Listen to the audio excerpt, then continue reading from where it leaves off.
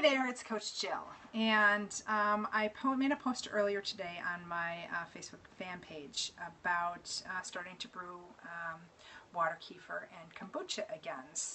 And I had quite a few questions about what are they good for, what is it? So I thought I'd do a little bit of video to explain what water kefir is and what kombucha is and the difference between the two, and basically how you make them, how you brew them. So thank you for everybody joining me on this video. If you've never had kombucha or water kefir, first of all, they are fermented beverages. Kombucha is made from fermented sweet tea, and water kefir is made from fermented sugar water.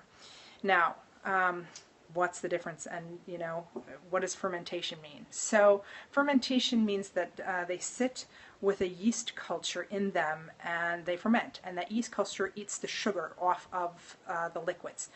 So hello Coons, where are you from? Tell me where you're from, guys. So let's start out with kombucha. Kombucha is made of fermented sweet tea. So you use a organic black tea, and it needs to be an organic black tea, and you use organic cane sugar. You mix that up, and then you add a SCOBY to it, which SCOBY stands for symbiotic culture of yeast. And I'll show you what it looks like in a minute here. And then you let that sit for about 14 days minimum. Now, kombucha does have a little bit of a vinegary taste to it. I like mine a little bit more on that tart side, so I usually let mine go a little bit longer than the 2 weeks. So it just depends on what you're looking for.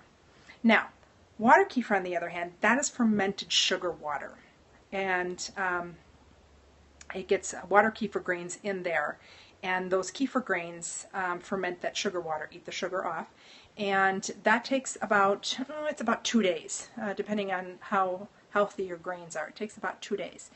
And then if you want to flavor your water kefir, you can do a second fermentation by pulling your water kefir grains out of the liquid and adding organic juice to it in order to flavor that. And by letting it sit longer, it actually makes it fizzier, kind of like soda pop, if you're familiar with that. So I'm going to turn the camera around here. Okay, so here's my little brew station here. Now, this one here, this is kombucha, and you can see that it's dark. That's the tea. And it's a little hard to see my SCOBY in there, but I'll show you what it looks like. Now, I've got a thin cotton towel on the top of here. I mainly do that to keep any fruit flies that may be in the kitchen out of there, and keep anything out of there. So I just kind of put that on there and rubber band it down, and it's good.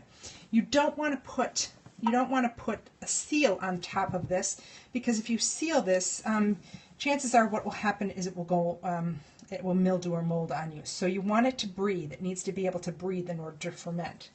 So that's good. Okay. Now, these two here that you're seeing, this is a batch of water kefir that I just mixed up today.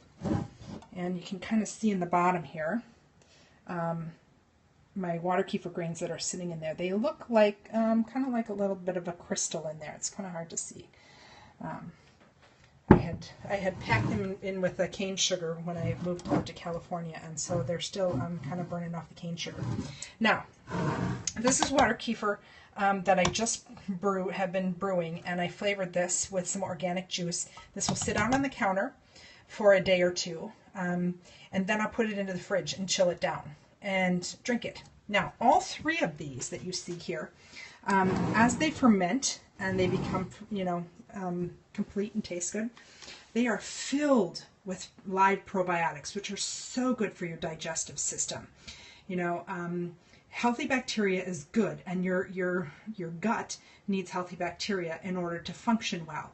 So these give good doses of healthy bacteria. Now, I forewarn you, if you've never done them before, it's something that you want to introduce slowly, because you can get a reaction that you're not quite prepared for, and it can give you some loose bowels. So you want to make sure that you are introducing it slowly. So maybe start with, sipping a half a glass of it as you introduce it.